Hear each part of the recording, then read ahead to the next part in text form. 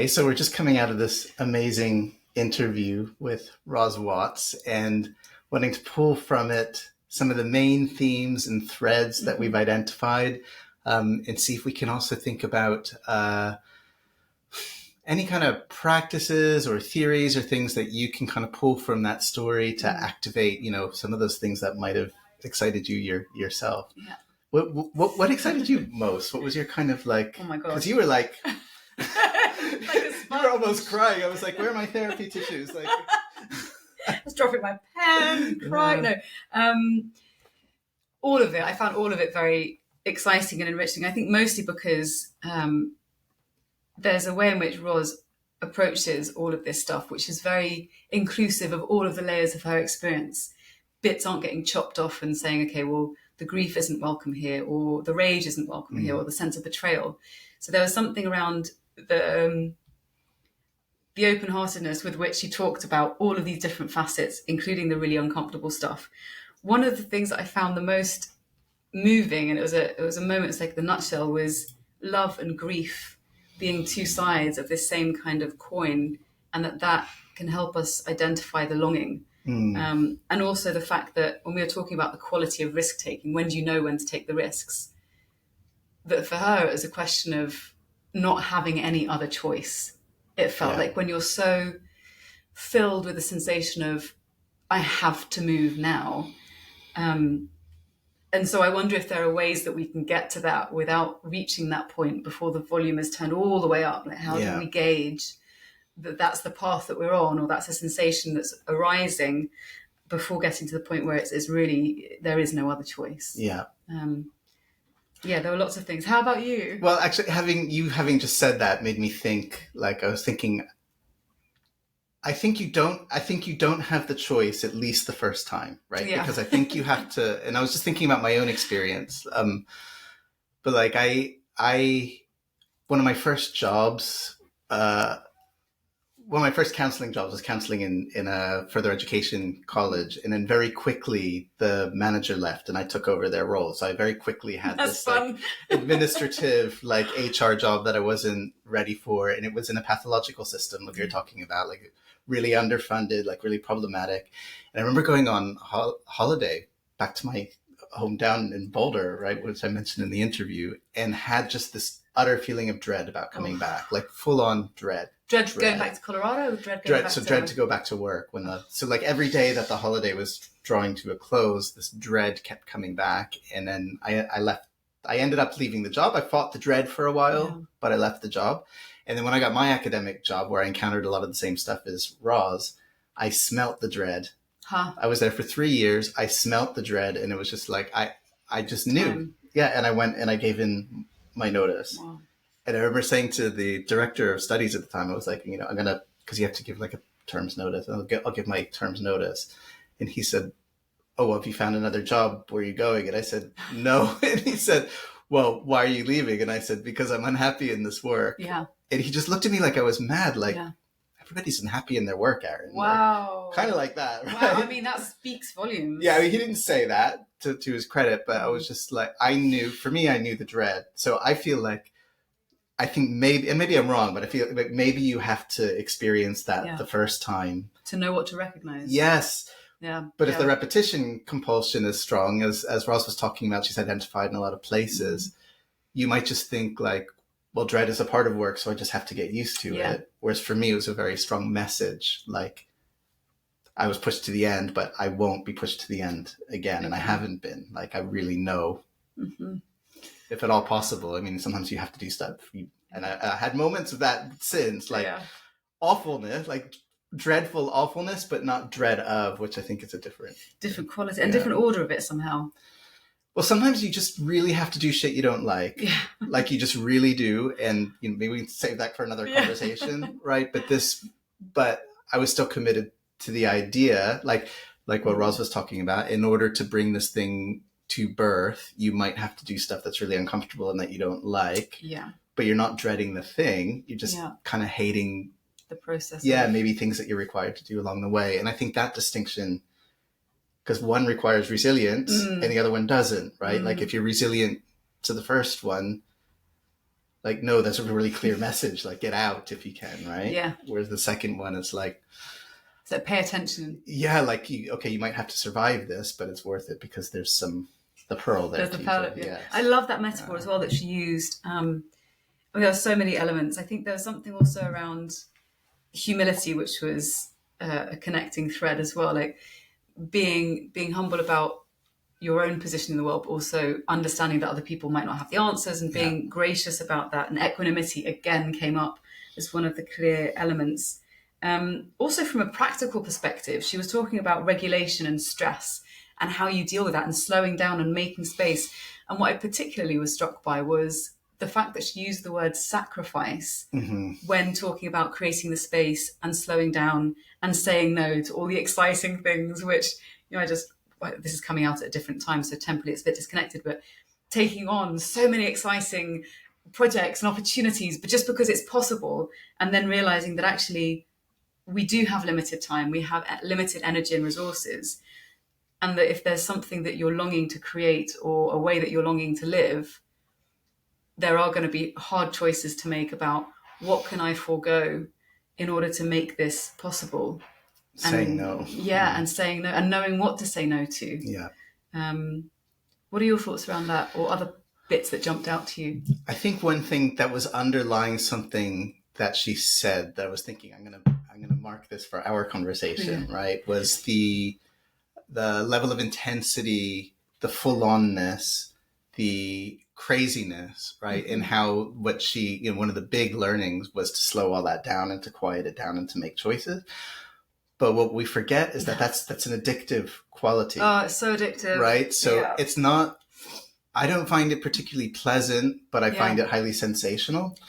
Oh, that's so interesting. Yeah, because you're like, why? It's like when I'm getting out my phone, I'm like, I don't need anything, and I put it down and then I pick it straight back up. Yes. And what happens is when you go into a state of constant intensity, your level, your like foundation level rises, right? So when you're not being constantly intense, you feel like you're not doing enough. Yeah. Right. So then it feels what like do I need to fix? What problem needs to be? So you keep raising your foundation level of intensity. Yes. So we forget that, like we say, oh, I need a rest, but we're actually addicted to the intensity. Yeah. Right. So it's actually, I think, I'm not a neuroscientist. In fact, you might know more about that than I do. But like when you give up the cortisol and the adrenaline that comes with a constantly elevated state, there's going to be a kind of withdrawal from that.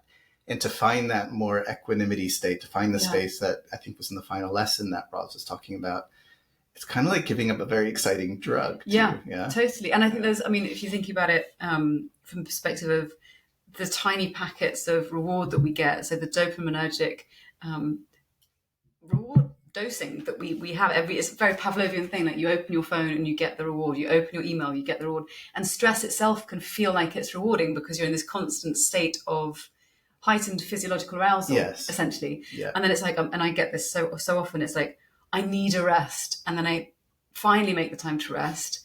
And I'm like, restless. Yes. And it's that weird place until you can actually force. And sometimes it is like it's almost psychological brute force to myself. It's like taking the time where you have, maybe some people will do like a digital Shabbat where you have a period of time, a day, 2 days, where you literally do not have access to your phone. Some people will lock it in a safe, which sounds extreme, but the addiction is all permeating. Yes. And so then how do you deal with it if not in extremis, at least to begin with, to break that cycle? Yeah. I feel like we're going down a different track a little bit. But the other thing that I really loved, because it's something that I come back to because of my judgments, is the costume of highly evolved, enlightened humans. Costume, yeah. Oh, I love that phrase. And also, us doing this, and we're obviously speaking to you and you're joining us on the camera or however you're listening to this, there is a question around performance and how we show up, how we choose to show up when mediated by technology that makes, it's asynchronous. People might be listening to this, watching this, obviously at a different time. They will be, because there's no one else in the room with us. But so there's also that question of how do you engage in these conversations, in this work, when there's a lot of expectation around how people might judge us, make sense of what we're sharing, especially when it's kind of a TikTok, Instagram arena of talking about these things in a way that doesn't facilitate the safe boundaries that she was talking about, or the conversations that means we need to take risks. And on social platforms, that's just not a possibility because of there's just so little context. It's not made for that. So that really struck me.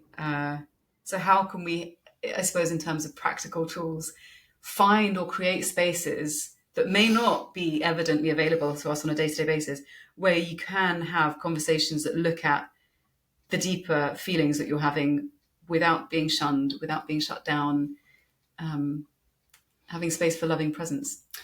I thought what she said about her rigidity around values, like fits into that really well. Fascinating. Yeah, so like she really owned her judgmentalness about it, and that values might be amenable to change, but the way I'm linking into that is, and she said something, about like angry activism, which I thought was really interesting, in that when she linked like my abandoning father and the man of the patriarchy and academia, that projection, identification, splitting, like all that happens in real life, right? Yeah. So it's like yes, there's these problematic things like the way, like patriarchy and the academy, and we use them to process our own stuff. Yeah. And I think for me, one of the ways of surviving that is more and more trying to be conscious of my own, but also other people's, so that when the attacks are coming, a lot of that's coming from that place.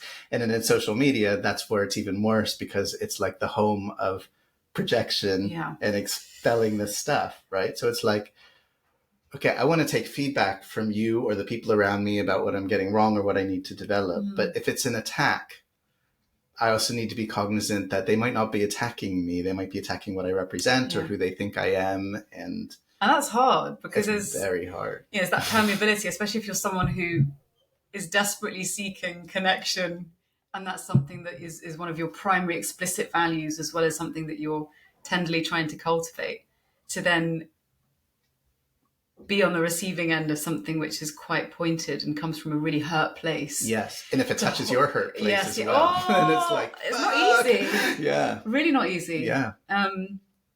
There's something else about that we were talking about that Ros was mentioning at the beginning. I think it was around creating a culture, a community, like these pockets of community that can start to enact and embody the culture of holding and of sharing, that can then almost like feed that resilience to these sorts of things, so that when they happen, and you're talking about like the hurt places coming into contact with one another, that there's maybe a bit more spaciousness or somewhere safe to come back to talk about it, so that you're not then carrying this this attack and this defense and this kind of constriction, that there are so many of these little communities coming up. And thinking about practical things, and I'm thinking also about the conversation that we had with Athene, of creating these moments for spaciousness. It's much easier to commit to these little moments if you're in contact with other people who are also taking those actions. Yeah. So these sorts of little pockets of groups, whether it's a book club or a dance class or whatever it might be. Or a therapist. Or a therapist. Excuse me. Or a coach.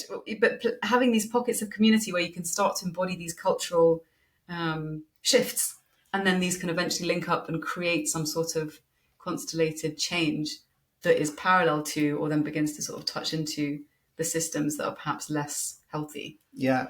Like people need recognition, like authentic recognition of their as whole a self as can be, right? Yeah. The darker sides and the lighter sides. And you don't need to get that from very many people. Yeah. Right? You really only need it can be one person, right? It can be like 2 or 3 people. It can be a small community. And when you get that, it reaffirms who you are on a much more foundational level. And those barbs, they still hurt, but they hurt a bit less. And they don't hook in the same way. They don't hook in the same way. And I think what a lot of people get stuck in, social media is another conversation, is when they're not getting enough of that, they're looking for it in another level. So it does hook more because you're looking for the validation there, but when you don't get it, it hurts. So there's something about the equanimity in the slowness that Ros was talking about developing over time. You know, she could go back to that previous situation. Sounds like she'd be much looser in a sense, right? Like much abler to be reflexive to the barbs than in the beginning when it was like really. And when it's so just kind of raw. Yes. And defended, she said, you know, like defended. And we do have to defend ourselves, you know, and you have to know when to be able to open. So, I mean, I think that's one of the other things, as well as thinking about tools for knowing, I guess, when and where you are. But I suppose the other thing that she mentioned, which I have a story around, like the choosing to call the Ros Watts, choosing to call the connectedness scale, which she developed, the Watts connectedness scale, which I talked about with her on, well, formerly the High podcast, now I podcast Nathalie and I. But one of the things about that, about staking the claim, it's also that we are constantly back to this place of ambiguity, the both and, the kind of, you don't want to have to defend, but you also realize that you're still operating in that place where defense perhaps is necessary in that moment for where you are in your journey, or perhaps the system. And so planting the flag, but then being able to recognize it in its entirety also for what it is, and not being attached to the defensiveness. Like when things shift, being able to say, okay, I made this choice. This is what happened. It's okay. I've now shifted in perspective, or deepened, or assimilated more of that kind of into a bigger picture of who I am. And then to not rally against those parts that you wish you'd kind of, that you've done something differently, or there's that self-kindness, that self-compassion as part of a wider cultural shift. Does that make sense? It's a process of accepting like all parts of yourself, right? Yeah. Like, you know, sometimes you need to bring in those defenses, and also, you know, in the beginning, at least, defenses are autonomic, right? They're reflexive. They happen like feelings and thoughts happen, you know, autonomically. So sometimes it's only after you can see, and even like after, when you can see, the defenses still arise, and then you have to decide what to do with it. But it's, you know, it's being a bit looser with that too. You know, it's like you can't just choose to be open. Yeah, I'm going to be completely open in this situation. I'm not going to get defensive, and I'm, you know, my values, my irrational values aren't going to arise. You know, of course they will, and I think that's part of. It's always that you know, you're just always holding those things together. And also not to stomp them down. So there's that other aspect, which is that when the defenses come up, it's indicating that there's something there that needs to be looked at. You know, friction doesn't happen without two surfaces rubbing against one another, showing that there's some kind of, there's something to be examined. So I think the question then becomes, what happens when that friction or that defensiveness arises? What's within that moment that you then have choices to how you respond? But also what she was saying later about what might she now do differently if she were to encounter these sorts of situations again, like with the values and the rigidness within academia, being able to still say when there's something that's really kind of coming into conflict with values, having the spaciousness, the time to examine it and say, actually, this is still something I wish to speak up about, not suddenly kind of collapsing, but being able to hold ground and having perhaps more agency as to when that happens and how that happens. Yeah. In the therapy trade, I guess we call this the capacity to sit with the unknown, the capacity to sit with not knowing, particularly in relation to your client, right? So it's like something's happening there. You're having a feeling, right? You might be feeling defended as a therapist, right? Yeah. Their values might not be the same as yours. You know, like it's not just like I'm this great open thing and like they're having feelings, right? It's like you're having feelings. It's like, okay, what is going on for them or for me? And like, I'm just going to sit with not knowing this for a while until something arises. Yeah. And I think we can ask people to do that full time for sure. But what I liked about the interview and where Ros is at with Acer community, in that it's still forming, everything is still forming, I guess, really, is, okay, I'm really going to sit with not knowing about this. Yeah. Just a little bit longer. And it's like about developing a tolerance for the unknown. Yeah. A tolerance. Yeah. And it's not sexy. It's really uncomfortable because we love to know. It's certainty feels great. Yeah. And I think also, I mean, this leads back into kind of that early stage honeymoon excitement of, the psychedelic renaissance of this is an extraordinary tool that has really still untapped potential, but then moving into a deeper space where it's like, well, okay, what else is going on here? And not losing sight of that, but being able to kind of think about the other elements that have to be considered in order for it to mature and to grow and to deepen. And that is such a learning, particularly in, I bring this up a lot, the inferior and superior things in Jungian thought. And it's like, okay, if your superior thing is self-discovery, working with psychedelics, getting in their community, and the reality principle involves Excel spreadsheets, pitch conversations decks, with VCs, networking, all that kind of stuff. It's not gonna feel good, right? And the capacity to hold the passion and not just dismiss the reality principle or feel above it even, because actually in my experience in that world, I was very surprised to find that those people have passions too. Right? People are people too. People are people. I mean, I've worked with people who clear out businesses in insolvency, and I was just thinking these people are vultures, right? But they weren't vultures. And actually, insolvent businesses need to be cleaned up, and actually that can be done humanely, and I've seen that done humanely. So we can really turn, things black and white when they're not, and being cognizant of that's super important. So I'm thinking in terms of principles or tools or frameworks, I mean, not all of the conversations are going to be playing quite explicitly in that space. It might just be a question of the quality of attention that you bring to yourself and to others, which is not easy, but equally might not have an explicit set of steps that we can share and follow. Were there specific practical things or frameworks that you think of when reflecting on Ros's conversation with us? Yeah, so two things come to mind immediately, and one of them is Cal Newport's work on deep work, right? Which I think we all need more of, in that when we get caught up into that high level of sensation, you have to actively make time for the ideas work. And the addictive part of the high sensation thing is you feel like you're getting stuff done because you're answering emails, you're putting out fires, you're submitting whatever, right? Yeah. But you're actually not doing the deep work. Yeah, like that's the dopamine bit, right? It's like tick, tick, tick, tick, tick. Yeah. But saying, I'm going to go for a 3-hour walk in the forest with the intention to really think deeply about how I want this community to operate or what the next idea is, and not be like I think that was underlying. Like we didn't talk about deep work, but I think integrating deep work into whatever you're doing is so important, because it does not come to you. It never does. Like you have to make it happen. I was thinking about this the other night. I went to 5 Rhythms, which I used to go to a lot for many years, and I'd forgotten how actually most of the deep longing kind of impulses crystallize when there's space to move and to dance, and how if you don't create room for that, there's no room for things to emerge. And often these visions or senses are emergent, and if you get stuck in the practical and the doing, it's just a different headspace where you're thrashing about the top of the water, and what you really want is a deep dive, snorkeling with a fish, and then suddenly things can just arise.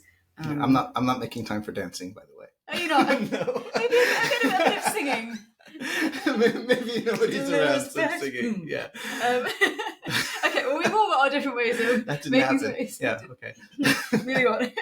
So what else? What are some other... So reflecting on our talk with Lisa, also like this idea of individuation, right? And the wounded healer, both. Oh, yes. Why am I getting all Jungian? I used to be like, love it. Yeah. That these processes of being in the pressure cooker, of going through the mud, that they're never good.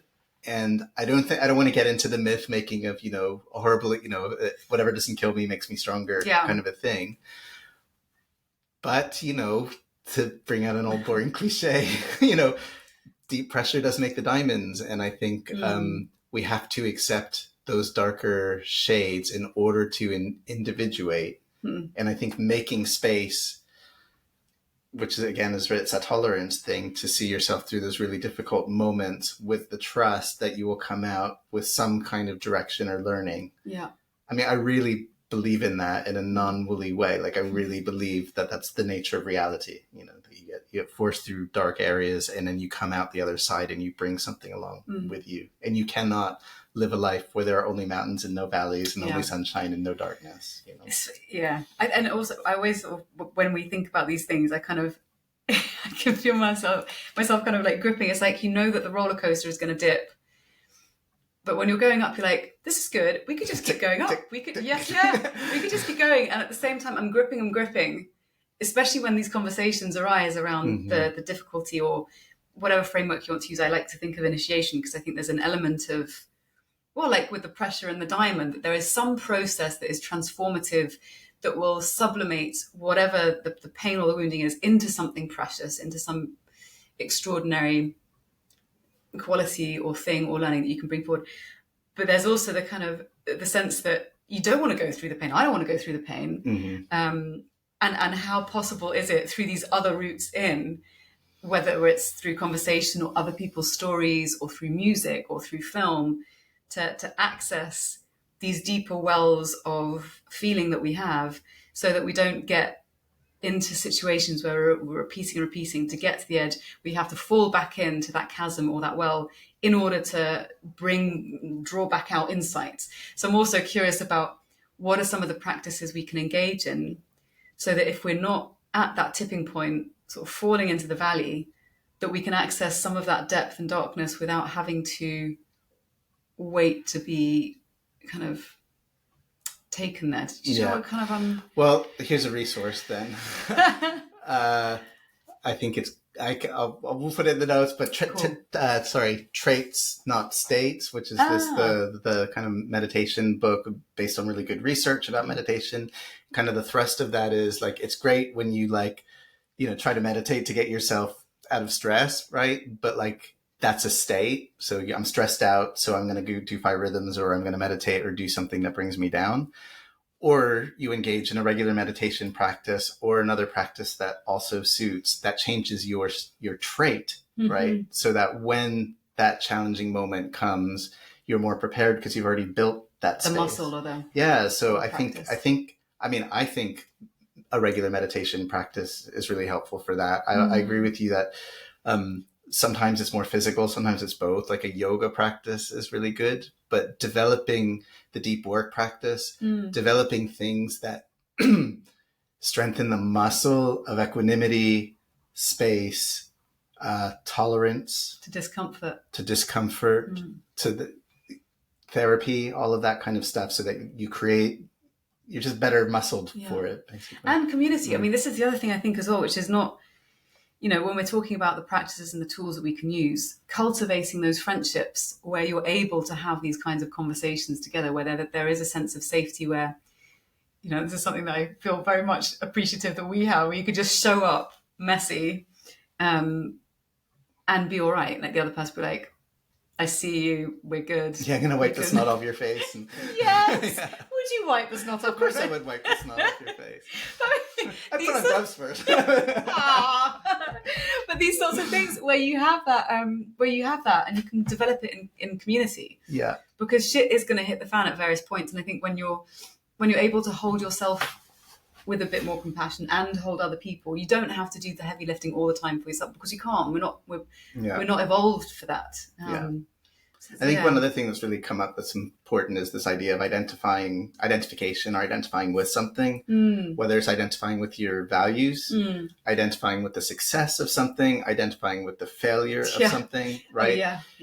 When you get stuck into identification, you invite problems, because then things have to be a particular way with that identified part, right? And that, I think the message that kept coming up in different forms in the interview was holding things a little bit more lightly, right? Being able to, okay, I do have values. They are important to me, but I'm not going to be like this about it, right? Yeah. I'm kind of like, I can wonder about that a little bit. And I might not be the same person with the same values that I was 5 years ago. Yeah. And what's that like, Yeah. And then something around the, beneath the sort of the stated values, or how we expect these values to be enacted in the world, But there's something around, like she was talking about with relationships with a figure who, on the surface of things at least, seems to embody a lot of the systemic trappings that she is railing or has previously railed against. Like, I can definitely recognize that. And then what can happen in that space where something beneath those values, which is a desire perhaps to connect, to relate, to belong with, to have conversation, to have community, talk about sort of precarity of finance as well. Like, what are all of these deeper longings or values, and can they meet with someone else's when you allow the kind of the turmoil at the top in the choppy waters to kind of drop a little bit, and you see if there's something else that you can connect with and meet. Kind of like with nonviolent communication, where you go to the needs beneath the stated wants, finding if there's something else there to relate to.